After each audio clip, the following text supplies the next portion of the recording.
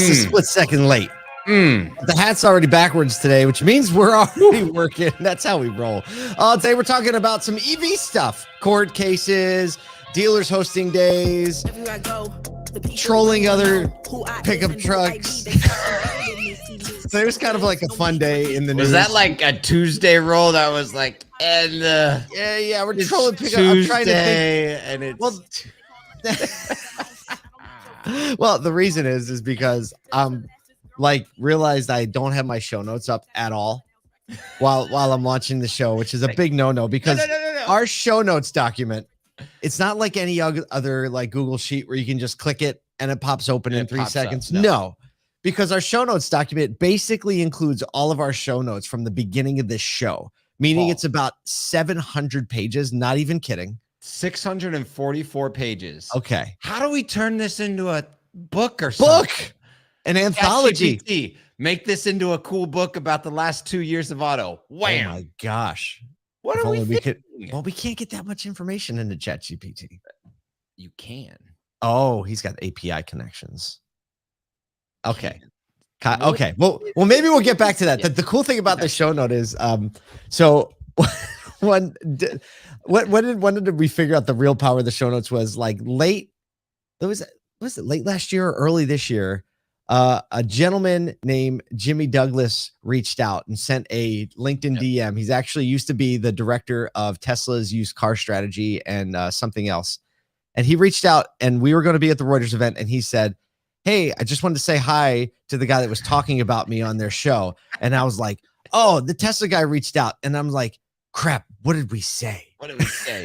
Right, yeah. Well, because Kyle and I was like, is this a good thing or a bad thing? Yeah, and so we just searched it up and like, oh yeah, that's what we said about him like last December.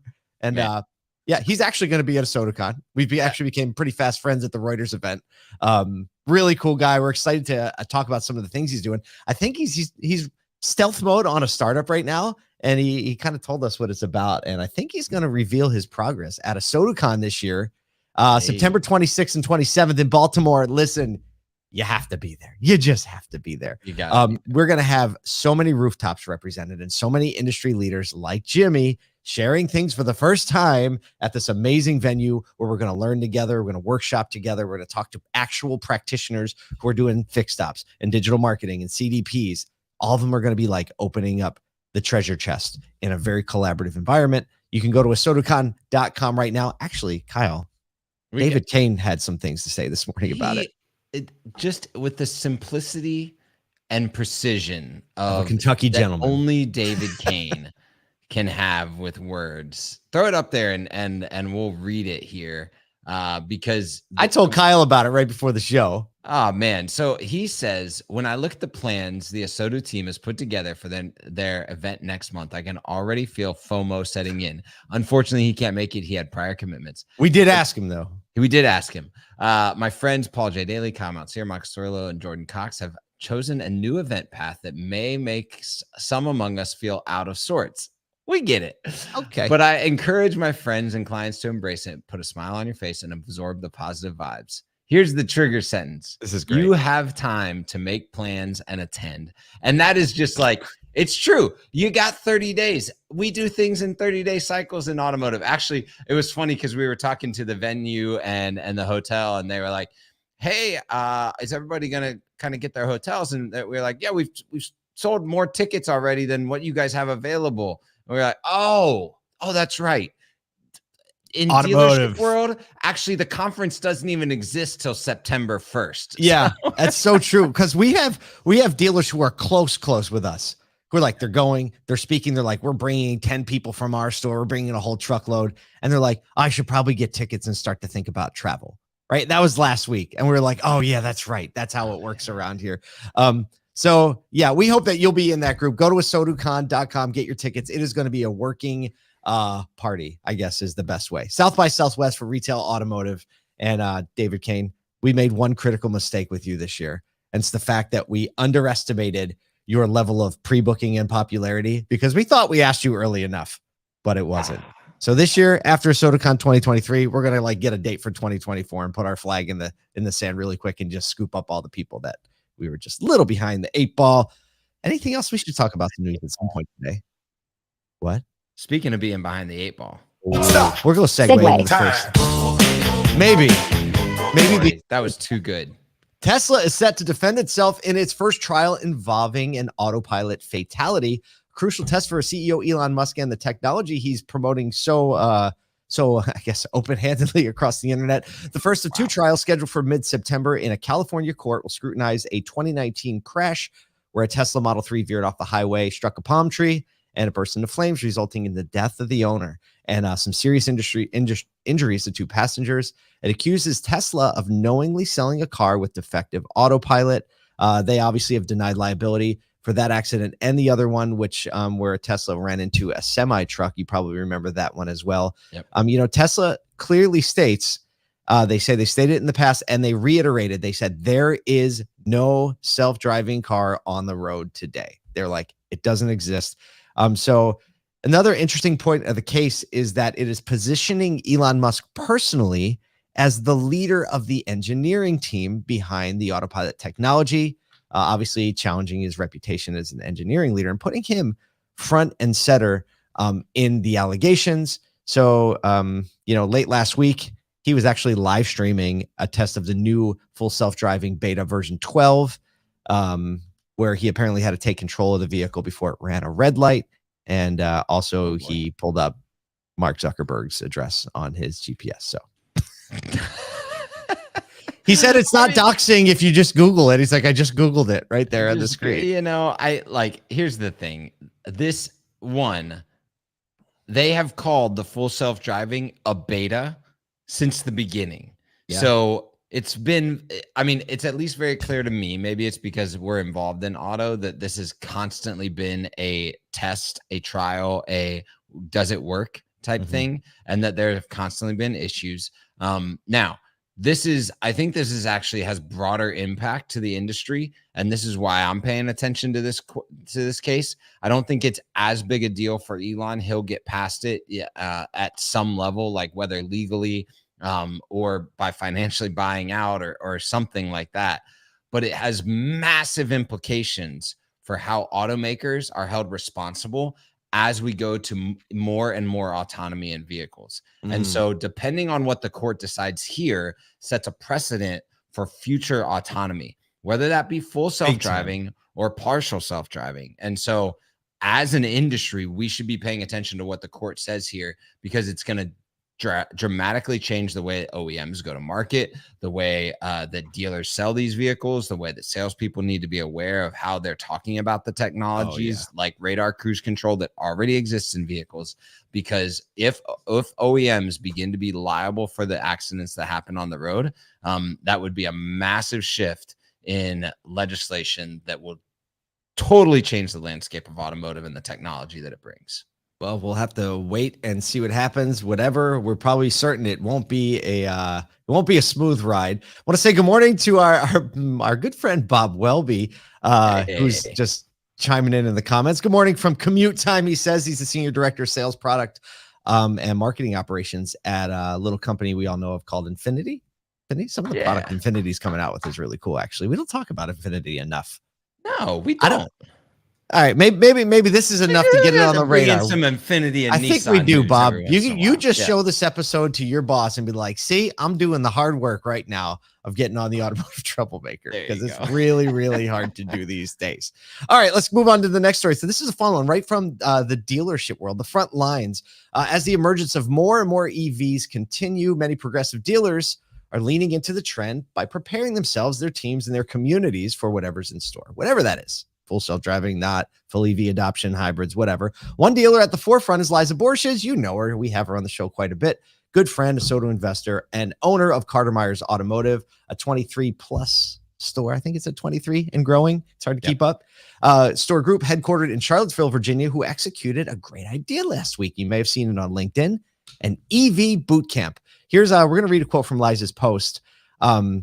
Basically said, welcome CMA EV champions. The 23 EV Bootcamp is taking place in Charlottesville with John Ellis from Bev Everything, Stuart Gardner from Gen 180, and Lena Lewis from Nature Conservancy. It's kind of a neat little thread there. Our 40-plus sales managers and associates brought together 16 different EVs So they brought them all to one So spot. cool. Ford, Subies, Kias, Hyundais, whatever, all the stuff, even some hybrids. I'm trying to read through this list. It's literally, they have them all here, and so many more coming this year. While this is a private event, if you live in Charlottesville and want to stop by to see all the electric vehicle options in one place, come on to our GMC showroom and be our guest. Our team is ready to be your go-to resource for all things electric. Kyle, why is this so amazing?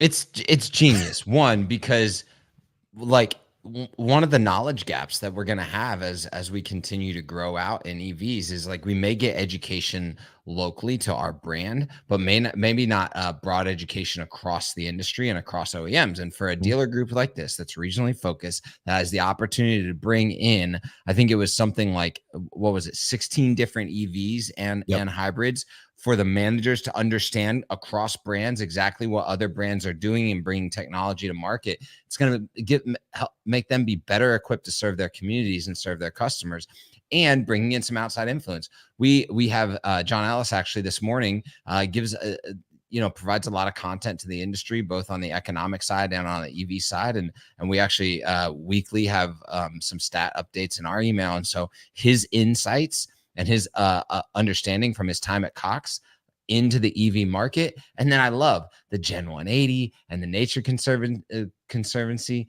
It actually like expands the understanding of why EVs exist. It's not just in the auto side. She actually brought in some people that were saying, hey, this actually impacts broader culture. Do you think there are a few people in Virginia that care about nature? Absolutely. Right? So where are they going to get their EVs? They got the big hill up there, at the top of the state, hill. Yeah. Yeah, there's a big hill over there in Virginia. Got one of those. That's amazing.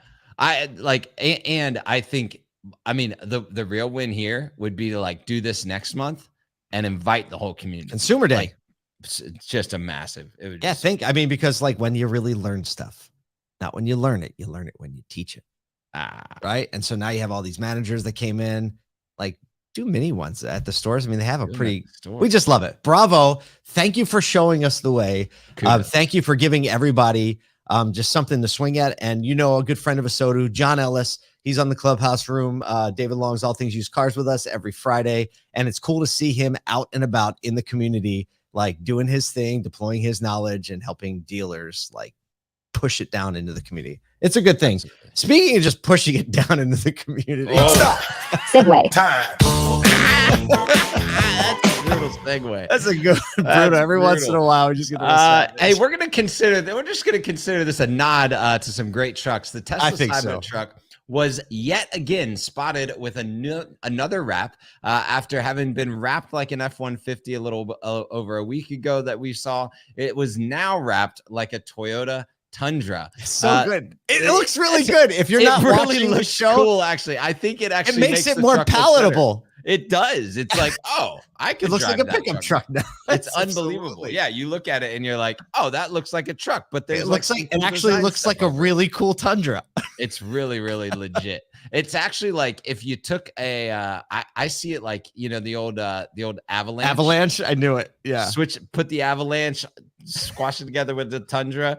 Jagged edges, boom, Cybertruck. So the question across the internet is like, is Tesla trolling? Are they testing potential wraps that they're gonna come? Yes. They're probably doing all of it. There's also some rumors like, hey, is Tesla gonna do the wraps, or are they gonna make a massive? Is this kind of like letting the third party market see what might be possible? Since the color of this vehicle is a one color fits all. And that wraps would be the way to stylize your vehicle. I'm starting to see see the vision now. Early I thought the Cybertruck looked ugly, but now I'm seeing, it's just a palette. I gotta say, oh my gosh, when I saw the truck on there, and then cool, like if I'm a Tundra and F-150, I'm honored, right? Okay, right. Cool. Absolutely. Right. You're mimicking the best-selling trucks in America. Thank you very much. Yes, thanks for the acknowledgement. It looked like, thinking of it, you just put it the perfect way. It's a palette. It's a big palette. If you don't want the stainless steel DeLorean meets Mars rover look, we're gonna see a whole bunch. We are gonna see so much cool art. And if I'm a vinyl shop, or if I'm a dealer who's in commercial vinyl, we were just with a dealer. We're gonna feature them in More Than Cars. They actually bought a vinyl shop not smart. for this, but Yep. for their commercial business. So smart. And like, hey, like the vinyl business is good. And this wrap just looks, that sucker different ways to Sunday and throw that thing on TikTok, go for it, and it'll be over. It'll be over. Well, the production version of the Cybertruck is expected to be launched at a delivery event at the end of September. It's a shame we couldn't get them to do it at ASOTU CON. Yeah. I mean, hey, dealers have questions. Dealers they got them out on the road though. They're dealers testing have questions. Well, maybe and it's eggs. coming. Maybe it is things. happening.